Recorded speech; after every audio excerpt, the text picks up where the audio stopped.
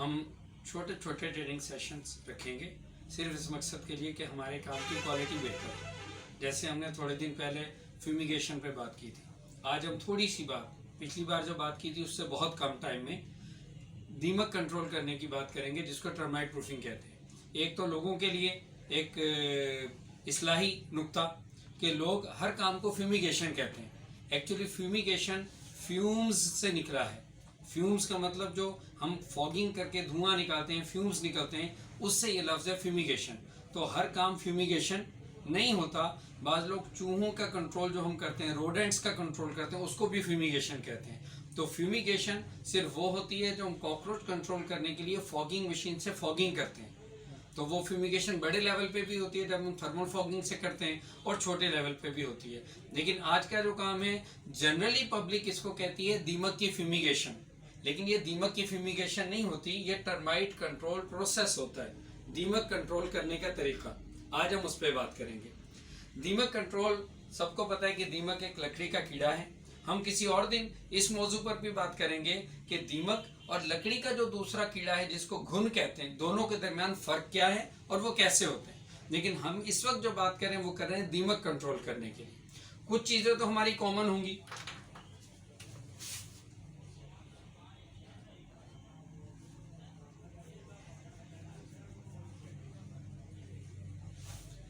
Termite control, कुछ चीज़ें तो हमारी कॉमन होगी टर्माइट यानी दीमक को कंट्रोल करने के लिए।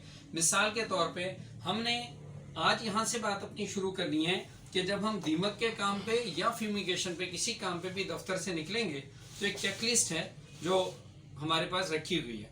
हम उस चेकलिस्ट को साइन करेंगे।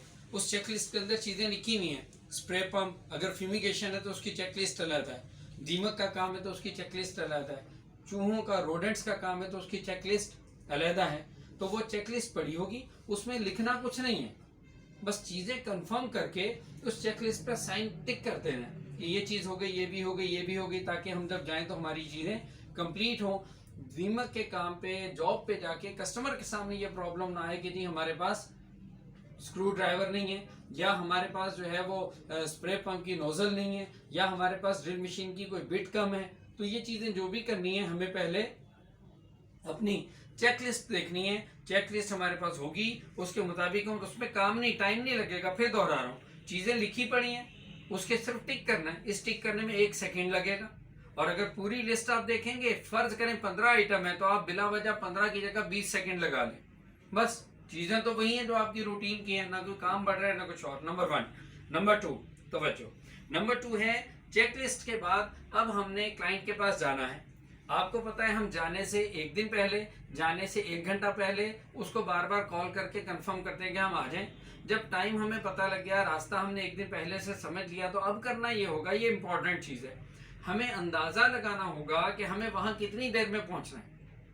अगर 1 बजे पहुंचना है और रास्ते का हमें पता है, तो उसके हिसाब से सपोज रास्ते में लगता है आधा घंटा, तो हमें कम से कम पौना घंटा पहले दफ्तर से निकलना चाहिए, क्योंकि हमारी गाड़ी पंक्चर हो सकती है, बाइक पंक्चर हो सकती है, रास्ते में देर सवेर हो सकती है, ट्रैफिक ब्लॉक हो सकती है। ये सारी चीज़ों को पहले सोचना है। इस मौजू पे टाइम मैनेजमेंट में हम बाद में बात करेंगे, अभी तो इशारे में बात करके आगे निकल रहा हूँ। अगली चीज़ क्या है, टाइम मैनेजमेंट का मतलब है आपने टाइम का हिसाब लगा कि हमेशा वक्त से पहले पहुंचना है और पूरे टाइम पे उससे कुछ पहले पहुंचना है। आप बहुत अच्छा काम करते हैं, आप इखलास और नेकी से काम करते हैं, आप प्रॉपर काम करते हैं, लेकिन अगर आपने क्या किया, आप टाइम से लेट हो गए, तो बिला वजह पहले बातें सुननी पड़ जाएंगी। उससे इंप्रेशन लूज हो जाता है। इंप्रेशन लूज होता है तो सारे काम पे उसका अर्थ होता है। अगर हम किसी काम में पहले से हैं और वहां पर हम किसी वजह से, जेन्युइन रीजन, सही कोई वजह थी और हम उससे लेट हुए, तो वो इग्नोरेबल है, उसको एडजस्ट किया जा सकता है। लेकिन अगर सुस्ती की वजह से लेट हुए तो वो इग्नोरेबल नहीं होगा। इसलिए टाइम मैनेजमेंट का बहुत ख्याल रखना होगा। जितनी जगह जहां जाना है उसके टाइम का हिसाब करके, फासले का हिसाब करके हमें क़ब्ल अज़ वक्त वहां निकलना पड़ेगा। अगर आधा घंटा लगता हो तो कम से कम पौना घंटा पहले, और अगर पौना घंटा लगता हो तो कम से कम 1 से सवा घंटा पहले, क्योंकि वो प्रॉब्लम्स का मार्जिन उतना बढ़ जाएगा। इतना पहले निकलना होगा ताकि हम क़ब्ल अज़ वक्त पहुंचे और वहां जाके अपना काम करें। एक बात हमने लास्ट टाइम भी की थी, आज हम मुख्तसरन करके आगे निकलेंगे। इसके लिए हमने कैटिकेट्स, मैनर्स और एथिक्स का लफ्ज़ बोला था। एहतियात, अदब, तरीक़ा, डिसिप्लिन, नज़्म, घर में जाना है, किस तरह जाना है, दरवाजे के सामने कैसे खड़े होना है और फिर किस तरह अंदर चले जाना है। अंदर जाने के बाद दीमक का काम है तो हमने पहले एक सामान घर के बाहर रख देना है, यानी कंस्ट्रक्शन एरिया के बाहर।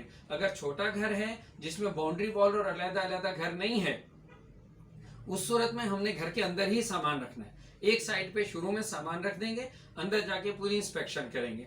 एक आदमी जाएगा, इंस्पेक्शन करेगा, दीमक कहाँ ज्यादा है, कहाँ कम है, प्रॉब्लम क्या है, कहाँ से आ रही है, ये सारी चीजें हम पहले भी डिस्कस कर चुके हैं कॉकरोचेस के लिए। आज हम दोबारा डिस्कस कर रहे हैं। तो दीमक के लिए हम पहले साइट विजिट कर लेंगे। इस दौरान हम ये भी देख लेंगे कि दीमक के काम का इंपॉर्टेंट पार्ट है कि पाइपलाइन जमीन में कहाँ से गुजर रही है, वाटर टैंक घर के अंदर कहाँ पे, इन तमाम चीजों को हम तसल्ली से चेक कर लेंगे, जिसको हम तफसील से जानते हैं। ये सारी बेसिक इंस्पेक्शन करने के बाद हम आएंगे काम के लिए। काम के लिए आएंगे तो टीम आपस में डिवाइड हो जाएगी। 2 अफराद की टीम है, 3 अफराद की टीम है, जो भी है टीम डिवाइड होगी। और एक आदमी ड्रिल मशीन के ऊपर काम करेगा, उसकी तार वगैरह लगाएगा, प्लग लगाएगा, मशीन को चलाएगा। दूसरा आदमी जो है वो केमिकल के लिए मैनेज करेगा, अपनी तरतीब से काम होगा। दीमक के काम में हमें इस बात का इल्म है कि आमतौर पर एक एक दरवाजे के पास 4-4 सुराख करेंगे। दरवाजे के अंदर दाखिल होते हुए 2 सुराख, क्योंकि आपको पता है, इसलिए हम उसकी बहुत डिटेल में नहीं जा रहे। फिर जब दरवाजे से बाहर निकलते हैं तो बाहर वाली साइड पे भी 2 सुराख होंगे। ये इस तरह से एक दरवाजे में 4 सुराख होंगे। ये बातें आपको और मुझे पता है, हम इसलिए कर रहे हैं कि हमारा कोई भाई, हमारा कोई दोस्त, हमारा ऑडियंस में से कोई भी फर्द अगर बाद में हमें देखे, हमें सुने, तो उसको भी अंदाजा हो कि हम करते क्या है, हमारा प्रोसीजर क्या है। ये इसलिए नहीं कर रहा कि आपको नहीं पता और आपको बता रहा हूँ। आपको तो हम काम कहते हैं, आप जाके करके आ जाते हैं प्रॉपरली, उसी डिसिप्लिन और उसी तरीके के मुताबिक। आपसे तो हमें कोई प्रॉब्लम नहीं, लेकिन इसलिए कि जहां वीडियो जाए, जो देखे, जो सुने, उसको भी अंदाजा हो जाए कि काम का प्रोसीजर और तरीकाकार क्या है। प्लस हमारा मकसद है कि कस्टमर को भी पता हो काम कैसे किया जाता है, ताकि आमतौर पे जो लोग कस्टमर को चलाते हैं और कस्टमर के साथ 2 नंबरी करते हैं, कस्टमर के साथ फेक डील करते हैं, गैर मुनासिब करते हैं, बेईमानी करते हैं, जगह छोड़ के गुजर जाते हैं, वो सब काम ना हो सके। और जिस तरह हम खुदा के फजल से स्टैंडर्ड के मुताबिक काम करने की कोशिश करते हैं, हर बंदा उसी तरह काम करे ताकि कंट्रोल्स भी मिले और काम अच्छा हो। ड्रिलिंग करनी है, फासला देखना है, ये आपको पता है, हर 5 फुट के फासले पर ड्रिलिंग होगी। जहां जहां लकड़ी आ जाएगी वहां पर 3-3 फुट और 2-2 फुट का फासला भी देना पड़ेगा। जैसे चौखट के अंदर हम जब 4 सुराख करते हैं, चौखट के पास जमीन में एक साइड पे जो 2 सुराख हैं, उनके दरमियान चौखट 12 इंच चौड़ी चौखट नहीं होती, उससे कम होती है। तो हमारी जो 2 ड्रिल हैं वो 1 फुट से भी कम के फासले पर हो गए। इसी तरह दीवारों के साथ साथ भी ड्रिलिंग होगी। जहां पे हमारी वार्डरोब आ जाएगी, किचन कैबिनेट्स आ जाएंगी, आपको पता है कि उसके अंदर शिकायत होती है और ज्यादा शिकायत होती है उसमें। इसलिए जहां वार्डरोब आ जाए, किचन कैबिनेट्स आ जाए, जहां ऐसी चीज आ जाए, वहां पे आपने ज्यादा अच्छी तरह ट्रीट करना है, केमिकल ज्यादा डालना है और सबसे पहले ड्रिलिंग वहां पे कम फासले पे करनी है ताकि कंट्रोल अच्छा किया जा सके। पूरे घर में इसी तरतीब से ड्रिलिंग होगी। और फिर आपको और हमें पता है कि हम जब किसी घर में ड्रिलिंग करते हैं, अगर तो घर छोटा है, 200 गज तक का है, तो वो घर तो पूरा पैक होता है, उसमें बाउंड्री वॉल और कंस्ट्रक्शन एरिया अलग-अलग नहीं होता। लेकिन अगर 200 गज से बड़ा घर है, 240 गज का घर है, उसमें और उससे ऊपर हर घर की सिचुएशन क्या होती है कि बाउंड्री वॉल अलहदा होती है और उसके अंदर बना हुआ घर अलहदा होता है। जैसे 240 गज का जो घर है, अगर वो होगा तो वो घर एक तरफ से पूरा लगा हुआ होगा दीवार बाउंड्री वॉल के साथ, और उसके अंदर 3 तरफ गली होगी। लेकिन अगर 200 गज का घर नहीं है, उससे बड़ा घर है, तो उसकी सूरत क्या होगी कि चारों तरफ उसके स्पेसेस होंगी। तो हमें इन साइड पे तमाम कमरों में ड्रिलिंग करनी है और तमाम कमरों में ड्रिलिंग करने के बाद आउटसाइड पर हमें ड्रिलिंग करनी है। लेकिन आउटसाइड में हम बाउंड्री वॉल के पास नहीं जाएंगे, कंस्ट्रक्शन एरिया के आउटसाइड में जाएंगे। एक बात हम बीच में भूल गए, वो हमने ये करनी थी कि हमने जिस तरह कॉकरोचेस के ट्रीटमेंट में कस्टमर को गाइड किया था कि ये जहर है, आपको एहतियात करनी है, कस्टमर को बताना है कि वो एहतियात करे। काम के दौरान, काम से पहले बता दिया जाए कि काम में इतनी देर तकरीबन लगेगी, काम के बाद उसको घर बंद कर देना और इतनी देर तक घर के अंदर नहीं जाना। ये कस्टमर के लिए एक अवेयरनेस होती है जो हमने उसको देनी है। यही दीमक के ट्रीटमेंट में भी काम शुरू करने से पहले हमने उसको अवेयर करना है।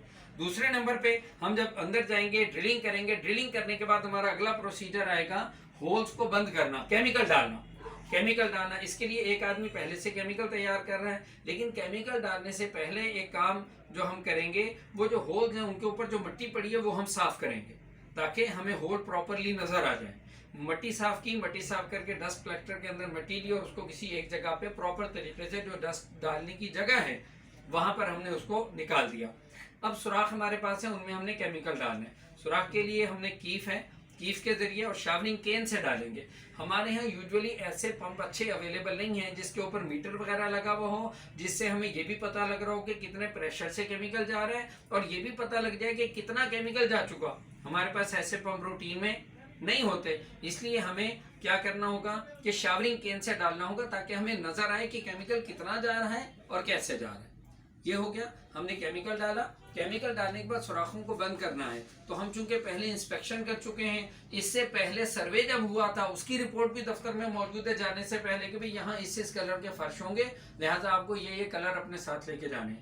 केमिकल डालने के बाद आपने सीमेंट के अंदर वो वाला कलर मैच करके उन सुराखों को बंद करना है। सुराखों को बंद करने के लिए ऐसा ना हो कि सुराख बंद करें और ऊपर यूं करके हाथ फेरे और निकल लें।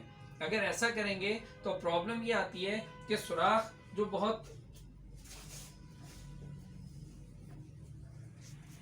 सुराख किसी भी घर में हमारा अप्रोक्सीमेटली इतना होता है, इससे थोड़ा बहुत बड़ा होता है, लेकिन जब हम इसके ऊपर सीमेंट लगा के उसको पैक करके बंद करते हैं तो प्रॉब्लम क्या होती है कि वो निशान जो साफ करने का निशान है ना, हमने अपनी तरफ से साफ किया होता है, लेकिन इतना सा जो बीच में सुराख है जिसको अब मैं साफ कर रहा हूँ, उस सुराख के ऊपर तो हमारी चीजें सीमेंट वगैरह लगता ही है, उसके साथ गलत तरीके से उसके इर्द गिर्द भी सीमेंट लग जाते हैं जो कि बुरा लगता है। लिहाजा जब हम सुराख में केमिकल डालें तो डालने के बाद उसको ऊपर सीमेंट लगाएं, सीमेंट लगा के जब बंद करें तो उसको कपड़े से इतना प्रॉपर साफ कर दें कि बाद में सिर्फ वो सीमेंट सुराख वाली जगह नजर आए, साइडों पे उसका सीमेंट फैला हुआ नजर ना आए। जब ये काम आपका मुकम्मल हो जाए तो फिर आपने दीमक के लिए स्प्रे का ट्रीटमेंट करना है। जितना फिक्स्ड वुडन स्ट्रक्चर है आपको तो पता है, लेकिन ऑडियंस को भी पता होना चाहिए कि दीमक मूवेबल स्ट्रक्चर, कुर्सियां, मेजें, इन चीजों को डिस्टर्ब नहीं करती। दीमक बुनियादी तौर पे फिक्स वुडन स्ट्रक्चर को डिस्टर्ब करती है, तो हमें सारे फिक्स वुडन स्ट्रक्चर पे स्प्रे करना है और उस पे स्प्रे करने के बाद हमारा ट्रीटमेंट कंप्लीट होगा और हम अपने कस्टमर को बताएंगे कि उसको कम से कम 3 घंटे के लिए अपने घर को बंद रखना होगा ताकि उसके फ्यूम्स। अब प्रॉब्लम क्या आती है कि हम जो केमिकल्स अच्छे वाले यूज करते हैं उन केमिकल्स में स्मेल नहीं होती।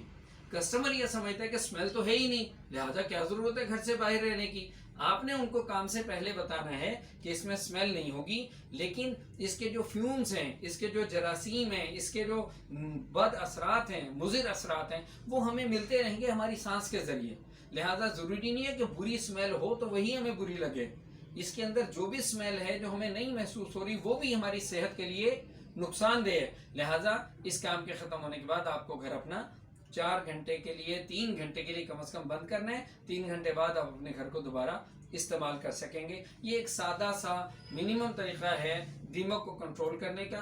इंशाअल्लाह ताला हम अगले सेगमेंट के अंदर इस बात पर तफसीली बात करेंगे कि दीमक कंट्रोल के अंदर मजीद इसको डिटेल से बयान करेंगे कि दीमक कंट्रोल के लिए सुराख कितने फासले से किए जाते हैं, किस किस टाइप के घर होते हैं और उनमें हमें किस किस तरीके से ड्रिलिंग करनी होगी।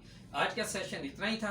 इंशाअल्लाह ताला हम फिर अपनी कोई ट्रेनिंग सेशन रखेंगे और उसके अंदर हम इसकी मजीद डीप चीज़ों को डिस्कस करेंगे और तफसील के साथ इस बात को डिस्कस करेंगे कि स्प्रे, दीमक के अंदर लकड़ी के ऊपर स्प्रे करना एक बहुत अहम मरहला है जो वीडियो बड़ी होने की वजह से हम इसको मजीद गुफ्तगू अभी इस पर नहीं करेंगे। इस पर भी हम तफसीली बात करेंगे कि दीमक के काम में लकड़ी के ऊपर स्प्रे किस तसल्ली और अच्छे तरीके से करना हो ताकि जब ट्रीटमेंट करें तो हमारे ट्रीटमेंट, कंप्लीट ट्रीटमेंट की सूरत में 5 इयर्स की वारंटी जो इन राइटिंग हम उसको दे के जा रहे हैं वो पूरी हो सके। दुआ करते हैं अल्लाह ताला हमारे हाल पर करम करे और हमें बेहतर अंदाज में इस ट्रीटमेंट को करने की तौफीक अता फरमाए और काम अच्छे तरीके से चले ताकि कस्टमर का और हमारा दोनों का फायदा हो। Thank you.